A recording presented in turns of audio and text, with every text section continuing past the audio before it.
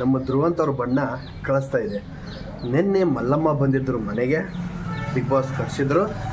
So Mallamma ಬರಬೇಕಾದ್ರೆ, ಅವರಿಗೆ ಅಪ್ಕೋಬೇಕಾದ್ರೆ ಧ್ರುವಂತವರು ಒಂದು ವರ್ಡಿಂಗ್ಸ್ ಯೂಸ್ ಮಾಡ್ತಾರೆ.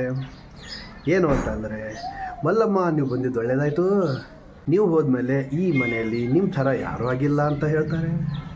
ಹಾಗಿದ್ರೆ ಅಶ್ವಿನಿ ಮ್ಯಾಮ್ ಏನು ಅವ್ರ ಜೊತೆ ಮಿಂಗಲ್ ಆಗಿದ್ರಲ್ಲ, ಏನು ಹೇಳ್ತಿದ್ದು ಅರ್ಥ, ಏನು ಇದರ ಮೀನಿಂಗು? ಅಂದರೆ ಸ್ಟ್ರಾಟರ್ಜಿನಾ? ಆಯಿತು, ವ್ಯಕ್ತಿತ್ವದ ಆಟ. ಸಿಂಗಲಾಗಿ ಆಡಬೇಕು ಅಂದರೆ ಯಾಕೆ ಮಲ್ಲಮ್ಮ ಬೇಕು, ಯಾಕೆ ಅಶ್ವಿನಿ ಮೇಡಮ್ ಬೇಕು?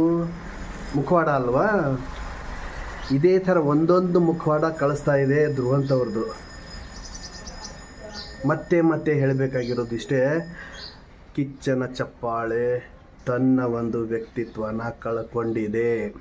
ಕೊಡಬೇಕಾಗಿರೋದು ಕೊಡಬೇಕಾಗಿತ್ತು, ಅಥವಾ ಯಾರಿಗೂ ಕೊಡದೆ ಹೋದರೂ ಪರವಾಗಿಲ್ಲ, ಕಿಚ್ಚ ಅವರು ಚಪ್ಪಾಳೆ ಕೊಟ್ಟು ದೊಡ್ಡ ತಪ್ಪು ಮಾಡಿದರು ಅಂತಾನೆ ಇಲ್ಲೇ ಅನ್ನಿಸ್ತಾ ಇದೆ. ಈ ಮನೆಯಲ್ಲಿ ಧ್ರುವಂತಕ್ಕಿಂತ ಒಳ್ಳೆ ವ್ಯಕ್ತಿತ್ವ ಆಟ ಆಡಿದವರು ಇದ್ದರು ಸ್ಪರ್ಧಿಗಳು. ನಾಟ್ ಓನ್ಲಿ ಗಿಲ್ಲಿಗೆ ಕೊಡಬೇಕಂತೇನಿಲ್ಲ. ಗಿಲ್ಲಿ ಕೊಡಬೇಕಾಗಿದ್ದರೆ ಪಾರ್ಸಲಿಟಿ ಅಂತ ಅನಿಸುತ್ತೆ ಅಂದರೆ ಗಿಲ್ಲಿ ಬಿಟ್ಬಿಡಿ. ಆದರೆ ಸೀಸನ್ ಆಫ್ ಎಂಟರ್ಟೈನರ್ ಧ್ರುವನಿಗೆ ಕೊಡಬೇಕಾದರೂ ಕೂಡ ಕೆಲವೊಂದಿಷ್ಟು ವ್ಯಕ್ತಿತ್ವಗಳು ಇರಬೇಕು.